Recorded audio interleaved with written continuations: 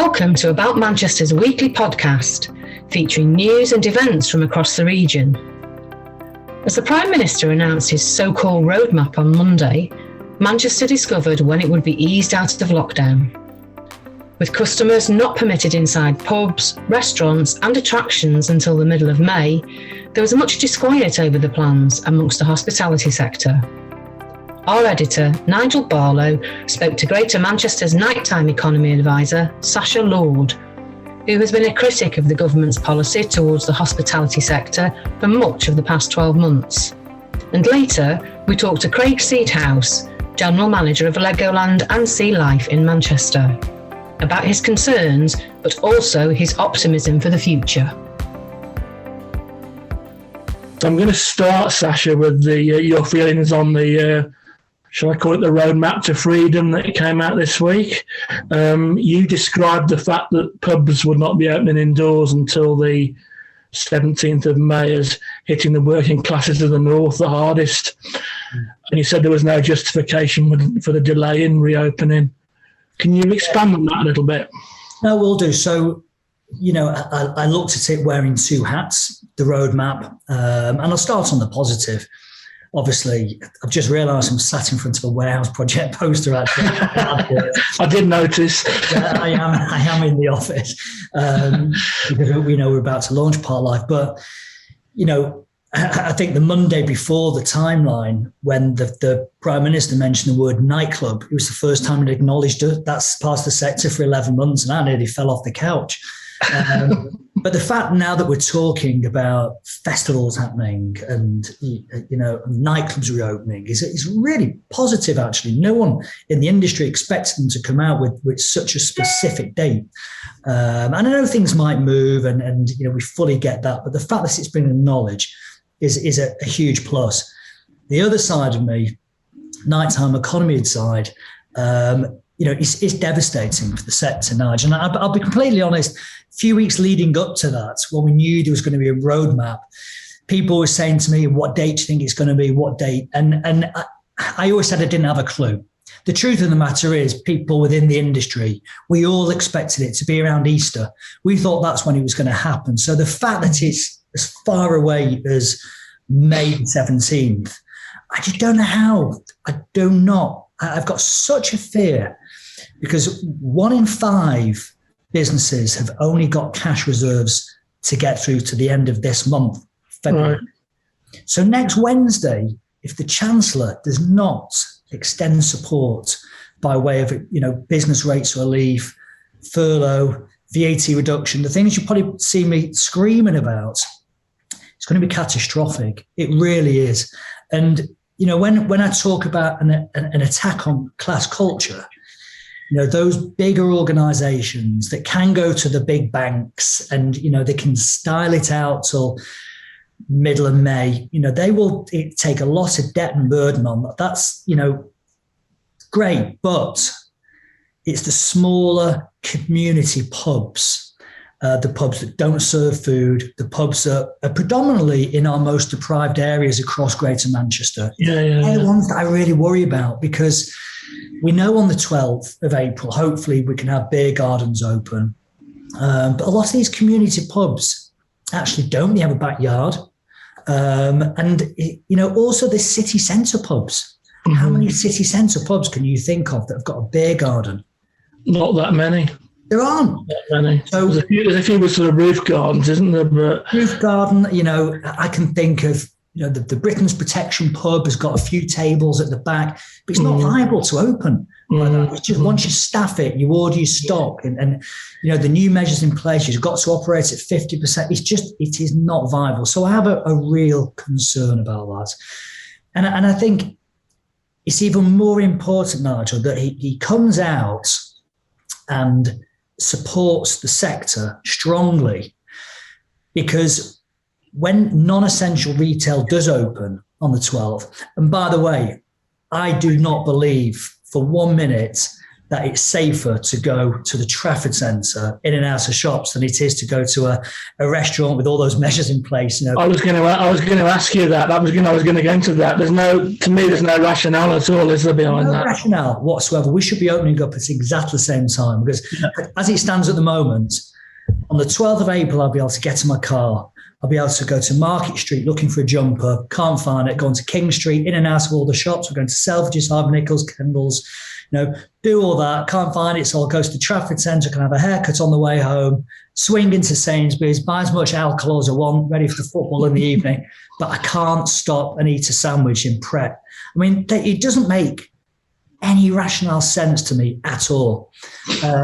But when you do go back to these non-essential shopping, you look at Market Street, we've lost Debenhams, Topshop, Topman, Miss Selfridges, Burton's, Wallace's. They've all gone, huge empty spaces, and actually one of the only sectors that can fill those spaces is nighttime economy. So when you think about things like cinemas, live music venues, boutique hotels, restaurants, bars, yes, you could put some housing in there as well. It'd be nice to see some more social housing, but it's a sector that really needs protecting, and we have had it tougher than every other sector, bar aviation. And I think the public have seen that, and I think the public are right behind us.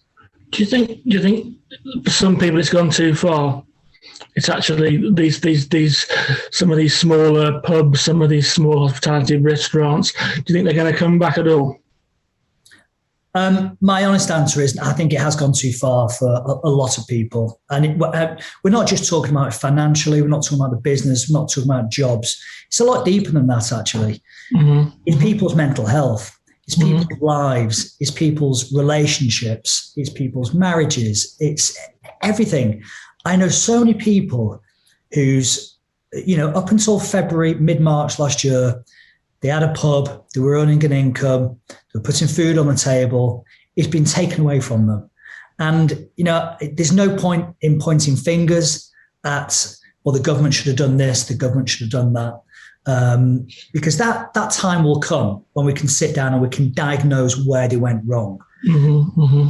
And it's such it is bitterly upsetting. But what I would say is now is the time not to look back. Now's the time to look forward, I think. And, for once we have got something that we can say is world leading. And the vaccination rollout, I think we're at 18.5 million now. Yeah. It's incredible. There's no other country in Europe that's talking about putting festivals on. We are now in the UK. So, all those scientists that I used to spend my time at school wondering when I was smoking behind the squash courts, why are those guys spending their time wearing their white, I don't know what you call it, but, their white outfits, and they're messing around with test tubes and Bunsen burners. Well, they've saved the planet. The scientists, the NHS, the volunteers, it's incredible. It really is. But can I pick you up on one side? I know you don't want to look back, but there's one thing that was very prevalent in what you were saying before Christmas about when the discussions were about moving from tier 2 to tier 3, and you taking legal action or looking to take legal action, asking the government why it was not safe to open pubs. Do you just want to expand on that? And where are you with that now? Has that carried on, or? Well, it has. So we apply. So what you do is you apply to the High Court. The judge at the High Court looks at it and he says whether or not he thinks you've got a case. Many people have been told. There's loads of people who've, put cases in against the government. We've actually succeeded.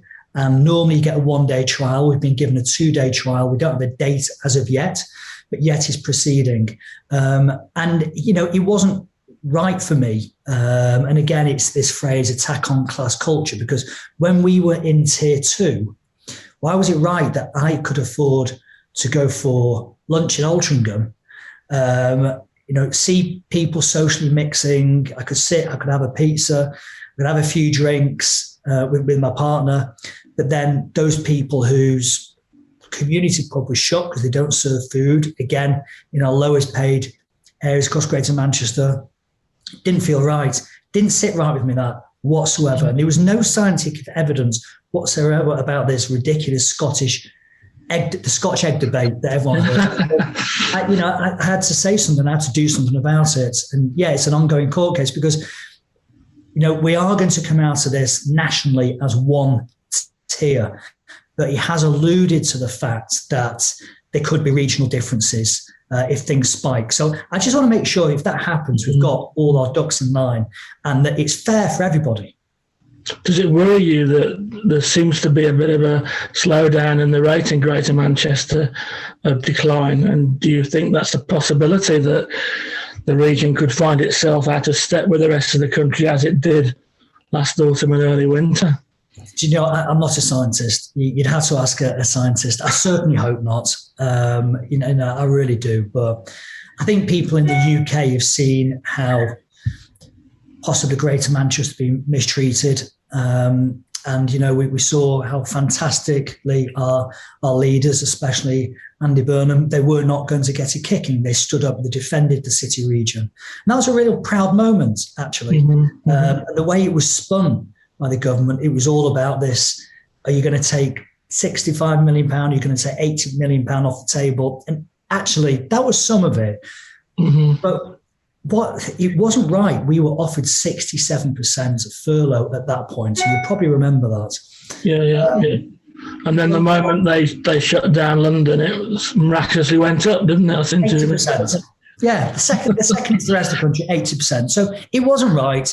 And it was proven at that point that our leaders and Andy Burnham was absolutely right to defend our city region. Okay. Can we just talk a little bit about government support? You've obviously been a big critic of it up to now, but what needs to happen now in the next 3 months to take us to May and probably for the next 12 to 18 months, maybe 2 years before the sector gets back on its feet? What do you think needs to happen? We have to do it step by step. But the first thing is, I say two things on that point. This coming Wednesday is probably the most critical day in hospitality that I can ever remember in 26 years. This is when the Chancellor has his budget, yeah. So we need three things, and it's absolutely black and white. We need to extend the VAT reduction from 20% to 5%, because it was a good thing to bring in, but let's be honest, the vast majority of that period we were closed. So it was a bit of a token gesture. So that has to be extended so we can utilise that. Business rates relief as well. Many people have taken on so much debt, bounce back loans, bank borrowings, things. We don't want a big business rate bill flying in. And then furlough. It's been fantastic, furlough that was introduced, but many people will only be able to operate at 50%. So let's phase furlough out until we can operate at 100%. They're the three big asks. And so the other thing I'd point out as well when you're talking about looking ahead is when people do go to a restaurant or a pub and it looks almost like it's back to normal visually, especially hopefully after the 21st of June when social distancing's gone. It might visually look like that, but actually the operator has, just as I said, taken on so much debt that it will take 2 to 3 years before it gets back to pre-COVID levels. You know, people are pushing VAT back, rent back. They've borrowed money off friends, family. So it's going to take time to get back to normal. There are people that are saying that the government needs to start cutting back on this help, not just in the hospitality, but across the board. The ex-Chancellor, Philip Hammond, was on the radio this morning, I think, reminding the Chancellor that we can't carry on like this. So there has to be a cut-off point, doesn't there? Do you think that there will be a point when we have to say goodbye to this particular sector, goodbye to this particular pub? No, we could never say goodbye to hospitality. Well, no, I meant particular businesses. Is there a point when we can't carry on funding things that aren't going to... Absolutely. It needs to be phased out. But let's not forget we were the first to close. We will be the last ones to open. So hospitality needs to remain in place to the very end. And what I would say to that comment that the ex-Chancellor made is, you know, for every £3 that he spent within the nighttime economy, £1 goes directly back to the Treasury. Yeah. Okay. We get to the 21st of June. Things, as we've already said, the both of us have said, aren't going to come back to normal. One of the big things that Manchester is not going to have probably sometime is an influx of foreign tourists. Yeah. How do you think that's going to hit the city? Hard. London, much harder. It's going to make a huge difference. My other concern is I don't think people are going to be returning to offices like they used to. Yeah. And this isn't in the short term. I think long term. I've said this all along. The bigger the city centre, the harder it's going to be to recover. That's across the world. People's actions have changed. People are used to working from home. We're now sat on a Zoom talking. This could be the near future. I certainly hope it's not. I want people to return back. But definitely. Until football returns, until theatre returns, it's going to be a massive impact on the city centre. And I think when we can return, people's habits are going to change. I think people are going to stay locally. Yeah. So rather than when we talk about going on a night out in town, where you've got the worry of public transport, the added expense of taxis and things like that, I think people are going to stay local. So towns like, for example, Altrincham, yes, ought to be benefiting, shouldn't they, in the next few months? Absolutely, definitely. Would you support Eat Out to Help Out scheme coming back in? Do you know what? This is probably the apart from football, this is probably the only thing where possibly Andy Burnham and myself, we did see eye to eye, but we saw it slightly differently. There is Andy is quite right. The money that was spent on that could possibly have been spent in different areas. So there is that argument, which I fully agree with. I think the Eat Out scheme was a lifeline for many, many businesses. Yeah. I really do. Was this a COVID spreader? Now we think, from my reports, and again, that I'm reading, I'm not a scientist, it wasn't a COVID spreader. So I think I would support that again. Okay. Is there any? We've talked about things that the government can be doing to help businesses. Do you think there's any other general overall things that they can do to boost the nighttime and tourist economy?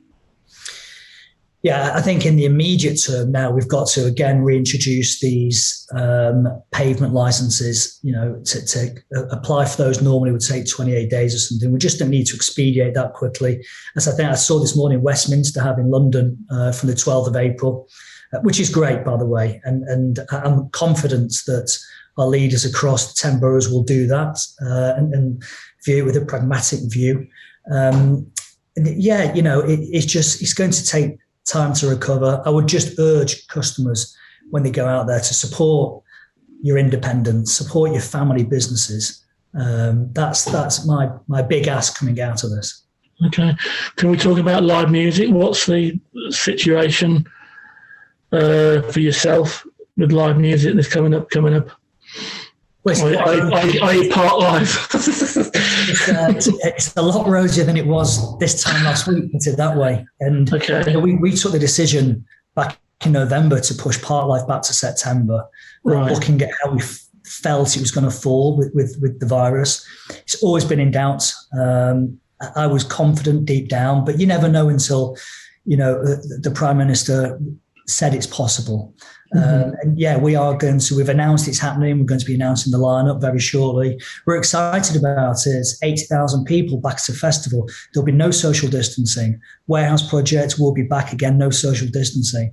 So the fact that it is happening is fantastic. And also the fact that people are talking about going to gigs, events, live music, social gathering.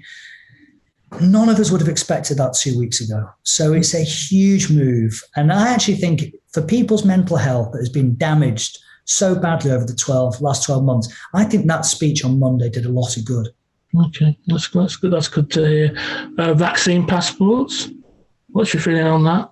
I think people have to have a choice in life. I don't think it'd be right to say to go to an event, you have to have a vaccination.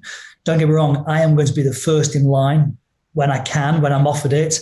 Mm-hmm. I will jump in my car. In fact, I'd even run, I'd sprint to the doctors to actually have it without hesitation whatsoever. I think, I don't think it'll be a vaccine passport. I think to get into events, I'm fairly confident it'll be a hybrid. So you'll have to show possibly an NHS app that shows you've either had the vaccination or, similar to aviation has adapted, prove you've had a test within the last 24 hours. It would be impossible to test people on the way into a venue. And actually, it would be wrong as well, because you're encouraging people to go to a venue, which means they've taken public transport, they've taken taxis, you've brought them out of the homes. That's wrong. So I think it would be something like you've either had it, or within a 24-hour period, you can go to your chemist and have a test done, or go to your supermarket or a pop-up centre. I think that will be the way. I'm confident that's the way it's going to pan out. Okay, final question, Sassy. You co-chair the Nighttime Economy Task Force for Greater Manchester, along with, is it Elise Wilson, Stockport? Yes. What conclusions have you reached from that? How important it is for Greater Manchester. I think probably the biggest conclusion actually is, and you've heard me say this before, Nigel, I know you have, wherever you go in the world, if you're lucky enough to go on holiday, and it looks like we'll be able to go abroad again soon. Hopefully, when you say you're from Manchester, you're associated immediately with football and entertainment, socialising, going out, music. That's what we're known for, 24-hour party city. And from the task force, it has reiterated to me exactly how much this city respects our sector. And you don't get that in many other cities. You really don't. Mm-hmm. I'm talking to you now from my office because, I've had to come in we're firing up Parklife again. How many city regions would allow someone to put a party in a park for 80,000 people, or to put events on every Friday and Saturday, September through to New Year's Day, for 10,000 people in a disused railway station? It's not common. It's unusual. And that's the foresight of the city, how they understand by these large-scale events, it brings so much into the economy. During the Parklife Festival, it brings £17 million into the local economy by taxis, hotels, new outfits, transport, warehouse project, 19 million. These aren't my figures, the figures of the city council. So they get that, they understand it. And we've seen so much good come from hospitality, even when it was on its knees during the last 12 months. Mary Ellen, who owns Creameries in Chorlton, when we went into the first lockdown, and you'll know this story yourself, but she got people, chefs who'd been furloughed, volunteers together. Yeah. She phoned up restaurants to say, your food's getting out of date, give it to me. And they made, free of charge, I think it was 130,000 meals for the most vulnerable people across our city region. I mean, that one story sums up why I'm so proud of Greater Manchester. And there's been a lot more stories like that, hasn't there, as well? That's been replicated many, many times. We've covered lots of those sort of stories in the last 4 months. I remember, and I've not spoken about this very much, but I remember being sat in my garden at the beginning of the first lockdown. I don't know if you remember how nice the weather was. It was, yeah. And I'll be honest with you, hands up, it was a Saturday, I had a glass of wine, and Andy Burnham, the mayor, phoned me up. He was really worried about, what do we do to keep people indoors if there's no entertainment, especially the younger people? What do we do? And I did a bit of Googling, and I saw something in Berlin called United We Stream. And I reported it back to Andy within 24 hours, and I said, look, I've got this, I've seen this thing, and he's like, whatever you need, the combined authority are there. And he allowed me to have a team. He allowed me to do this thing. And I remember the first meeting with the team, we said, wouldn't it be great if we could we didn't know how long it would last. It was 10 weeks. Wouldn't it be great if we could entertain, quite a few thousand people and raise some money for local charities? It was free to watch, but we were saying to people, if you could donate £1, £2, £3, please do, to help freelancers, venues that were shut, charities. And someone said to me, how much do you want to raise? And I said, well, if we raise £50,000, that would be phenomenal. That would be such an achievement. And, as you know, we entertained 20 million people and raised £600,000. And it was just, people say to me, what's the proudest event you've ever put on? Yeah. You mention a Parklife event or a warehouse project event. And no, it was United We Stream. that Andy Burnham asked us to put together and did. It kept us going on New Year's Eve. On New Year's Eve, yeah. My part again. That happened because I'd been out for a morning run, and he phoned me halfway through my run to say, "We've got New Year's Eve coming up. You don't want an explosion at house parties. Can you bring United with your stream bag?" Oh my God!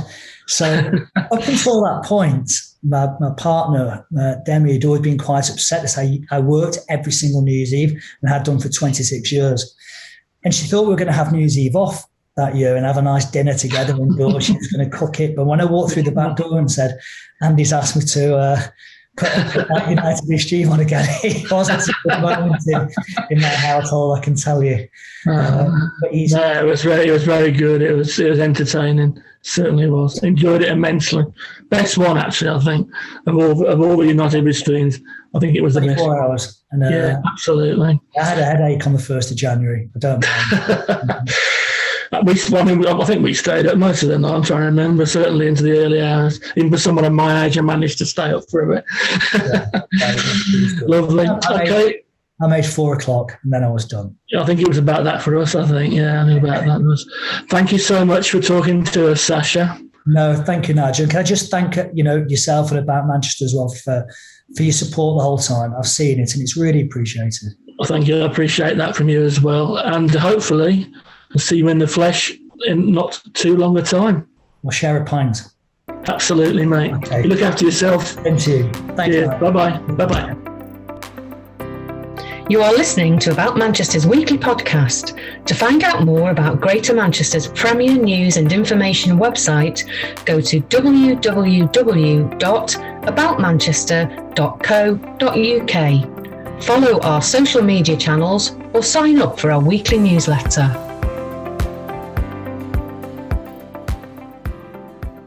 So you said that indoor entertainment should be opened on the same footing as retail. So you're obviously disappointed with what you heard the Prime Minister say yesterday.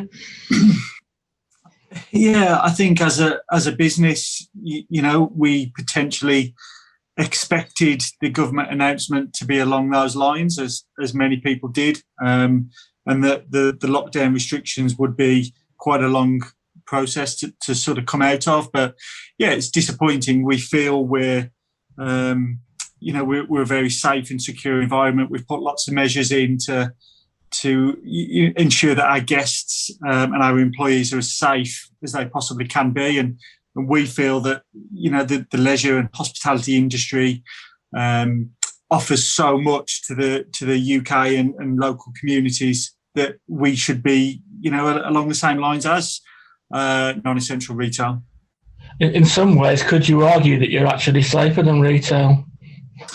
Well, yes, the COVID secure measures that we've put in place in terms of social distancing, reduced capacities, the hand sanitizer stations throughout all of our attractions, the deep clean and enhanced cleaning that we go through on a daily basis in our centres. Yes, my personal feeling is that we're safer because we can control the volume of guests that come through our attraction. Okay. What's the last 12 months been like for your business, Craig? I haven't been here for the full 12 months, but so I've joined quite recently. But on the whole, for Merlin, and certainly for this site, since last March, it has been a difficult period. The GM that was here obviously had to close the attraction, had to obviously ensure that all the staff were put on furlough, which was quite distressing for the first time. Then the uncertainty of knowing when we were coming out of lockdown, to then have a very short reopening window, only to then close again a couple of weeks later. It was very traumatic for the teams. We have large teams here over both attractions. So it's a very difficult time. And I think when you factor in the fact that we've got animal welfare teams, we've got over 5,000 creatures as well that we have to take care of and maintain and ensure that they are in perfect health. It's a very difficult time for business to maintain that sort of integrity amongst the team. Yeah, how long? Just on the animal thing, how difficult has that been to maintain? I don't. 5,000 animals seems a hell of a lot.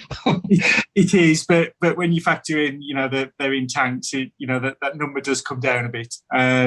But yeah, I mean, look, 5,000 creatures ranging from everything from sort of crabs and shellfish all the way up to large green sea turtles. It's a very difficult operation. My curatorial and Accurist team have done an incredible job, working extremely hard for 12 months now to maintain and ensure that we give the best possible care to all of our creatures, while, of course, planning for any reopening and wanting to make change to centres and introduction of new ideas in the centre and changing of tanks and livestock that has come into the country for us. It's been very difficult for that team to maintain any kind of normality really in their working role. Mm-hmm. Okay. Do you think you will be opening on the 12th of May? I'm forgetting whether the government changed its plans, but will you be gearing up to open on the 12th of May? Absolutely. We are ready now. If we could unfurlough our team, we're confident that with the measures we have in place and the systems we've put in place, that we could open now. So yeah, absolutely, we are gearing up to be ready to open as soon as we get that government go ahead.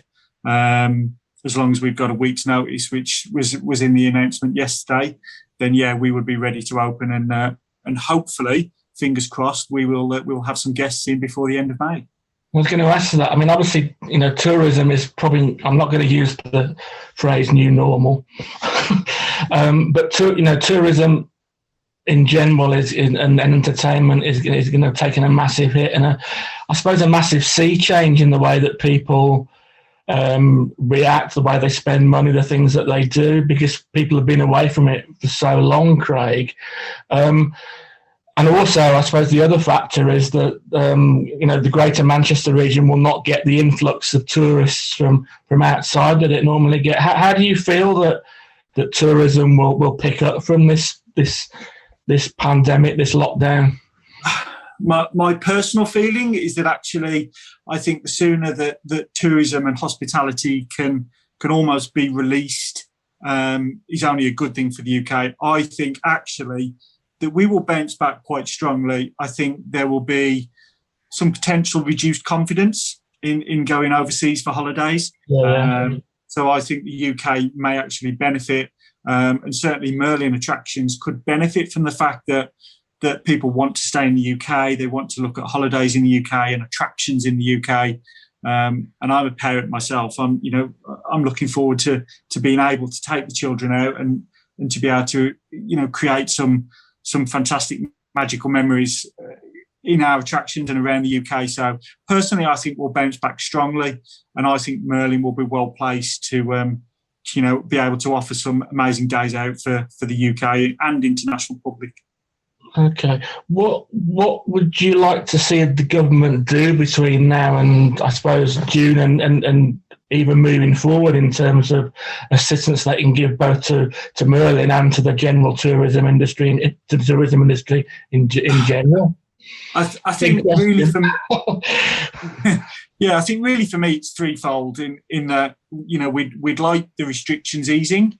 While we recognise the government is looking to ease the restrictions, we'd like that to be in line with non-essential retail, as we mentioned. I think it's really important for all UK businesses that the VAT reduction is kept at 5%. I think that will really start to kickstart the economy and actually it would be a really quite counterproductive way of trying to build the economy if that rate was to increase again. So that would be number two. And I think number three, the business rates holiday has obviously been so important for many businesses around the UK, including Merlin, that if we could seek an extension of the business rates for another 12 months, I think it enables business to sort of kickstart their 2021 and hopefully get through this difficult reopening period so that it protects jobs as we look towards the future. Okay. Just moving even more forward, what has this done to the sort of investment plans for Merlin and for tourism? Do you think, is there going to be a hit over the next few years in terms of future investment?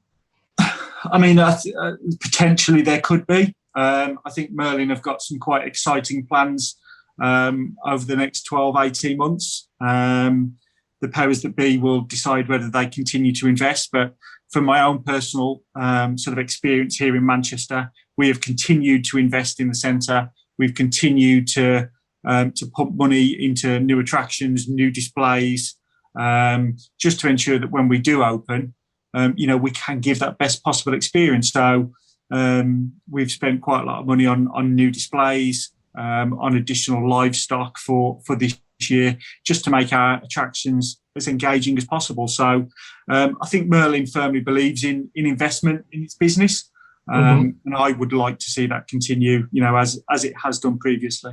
Okay, just going back to the previous question, just quickly, I meant to put it in then. What do you think are you looking to the Greater Manchester region to provide more support or more plans moving out of this pandemic? Potentially. I have been in touch with the local councillor. The lobbying has been very supportive in that area, and I know that she has done all she can to sort of help in the Greater Manchester area. So I'd like to see that continue, as it is doing around the UK. A lot of the politicians and powers that be are doing everything they can, I'm sure.